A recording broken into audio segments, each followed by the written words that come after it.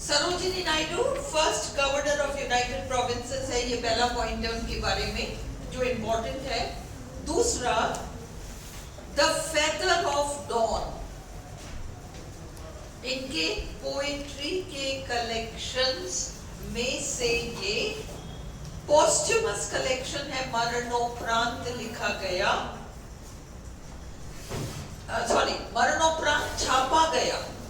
लिखा तो इन्होंने अपने लाइफ टाइम में, छापा बाद में है। रिटन इन 1927, लाइफ टाइम में, क्योंकि 49 में इनकी डेथ हुई है। Published in 1961, edited by her daughter Padmaja Naidu. अब शी, जो अंडरलाइन पोर्शन है केवल उतना सा करो, she became a part of the Indian nationalist movement, जो फ्रीडम के लिए लड़ रहा था ना, उसका ये पार्ट बनी, and became a follower of Mahatma Gandhi and his idea of Swaraj. She was appointed the president of the Indian National Congress in 1925. ये दोनों बातें याद रखो। President of the Indian national Congress in 1925 and later, बाद में 1947 में became the governor of the United Provinces in 1947. ये पहली महिला थी, becoming the first woman to hold the office of governor in the dominion of India, स्वतंत्रता के बाद। सरोजिनी नायडू के पोइट्री में बच्चों की कविताएं शामिल हैं। आपके इंडियन राइटर्स में से कौन से राइटर्स हैं जो चिल्ड्रंस लिटरेचर लिखते हैं? Ruskin bond.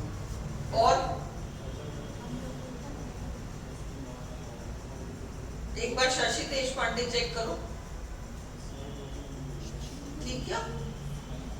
Shashi Deshpande sure नहीं, कोई और है, एक और राइटर है कोई, चेक कर लेना, टेस्ट में तो पूछ ही लूंगी। एक और कोई राइटर है जो कि फेमस चिल्ड्रंस राइटर है रस्किन बॉन्ड के अलावा, चेक करना।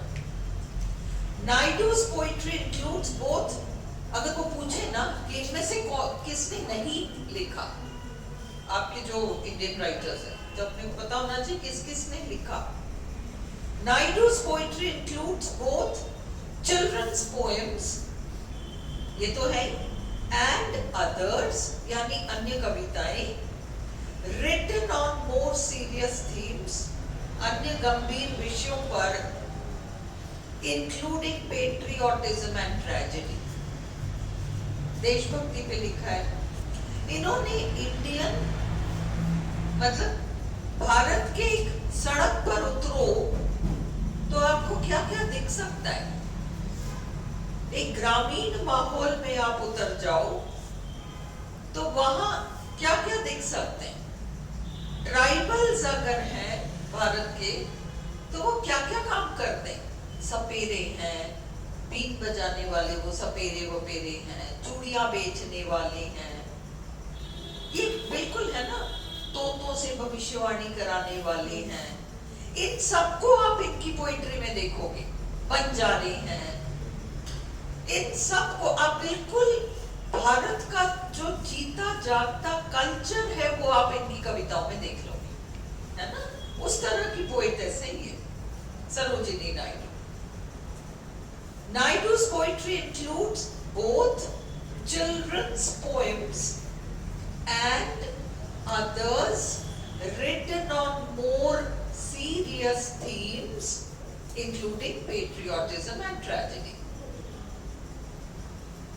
ये इनकी बहुत वेल नोन कविता है, published in 1912 in the bazaars of Hyderabad. Remains one of her most popular poems. ये उनकी लोकप्रिय कविताओं में से एक है। नायडू की पोइट्री इंग्लिश में लिखी गई। नायडू's poetry is written in English and usually took the form of lyric poetry in the tradition of British romanticism. तो वो रोमांटिक स्टाइल की पोइट्री, बट इनको ये कहा गया कि तुम थोड़ा सा इंडियन स्टाइल के अकॉर्डिंग लिखा करो। अंग्रेजी स्टाइल में लिखने वाले, हम अंग्रेजी बहुत हैं, आप इंडियन होकर हमारे स्टाइल में लिखने की कोशिश मत करो, हम तो पहले ही बहुत हैं। आप अपने कल्चर, अपने स्टाइल उसको शो करो, है ना। एडमंड गॉस नाम की क्रिटिक ने उनको ये बात कही थी।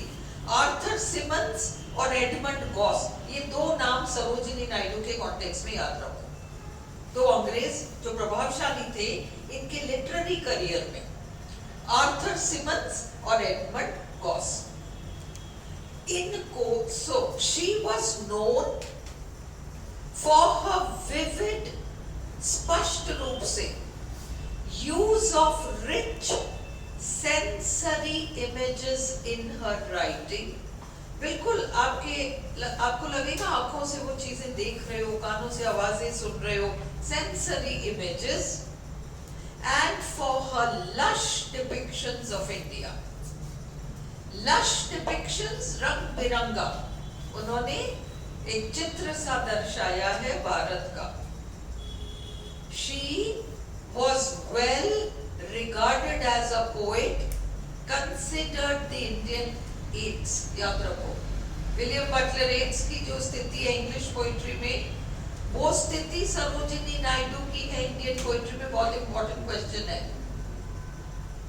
Her first book of poems was published in London in 1905, titled The Golden Threshold। ये इनका पहला संकलन है। The publication which is not true of The Golden Threshold, इनका ये फर्स्ट बुक ऑफ पोएम्स था, 1905 में छपा। उसका पब्लिकेशन एडमंड गॉस ने सजेस्ट किया और उसका इंट्रोडक्शन आर्थर सिमंस ने लिखा। उसका पब्लिकेशन आर्थर सिमंस ने सजेस्ट किया और उसका इंट्रोडक्शन एडमंड गॉस ने लिखा। 4 ऑप्शंस। अभी तो याद है आपको एडमंड गॉस और आर्थर सिमंस, तब आप इन दोनों में उलझ जाओगे। पब्लिकेशन किसने सजेस्ट किया था और इंट्रोडक्शन किसने लिखा, क्लियर? तो इसलिए इस तरह से क्वेश्चंस के लिए हम तैयार रहें। मैं टेस्ट में वेडनेसडे को पूछूंगी।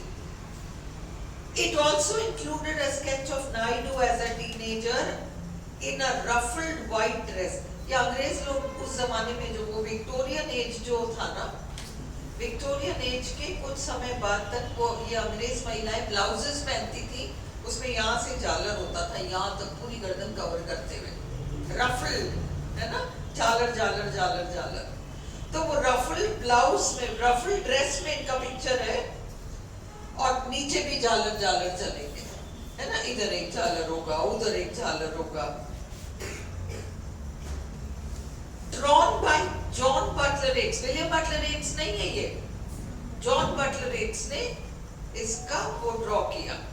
Her second and most strongly nationalistic book of poems was The Bird of Time। Nationalistic, patriotic themes पर है। कौन सा उनका पोइट्री कलेक्शन पेट्रियोटिक थीम्स पर है? इसी में छापा है in the bazaars of Hyderabad. जो उनकी बहुत ही फेमस पोएम है वो इस कलेक्शन में छपा है। The last book of new poems published in her life time. सब उन्होंने अपने लाइफ टाइम में लिखा है। पब्लिकेशन उनकी लाइफ में लास्ट था द ब्रोकन विंग,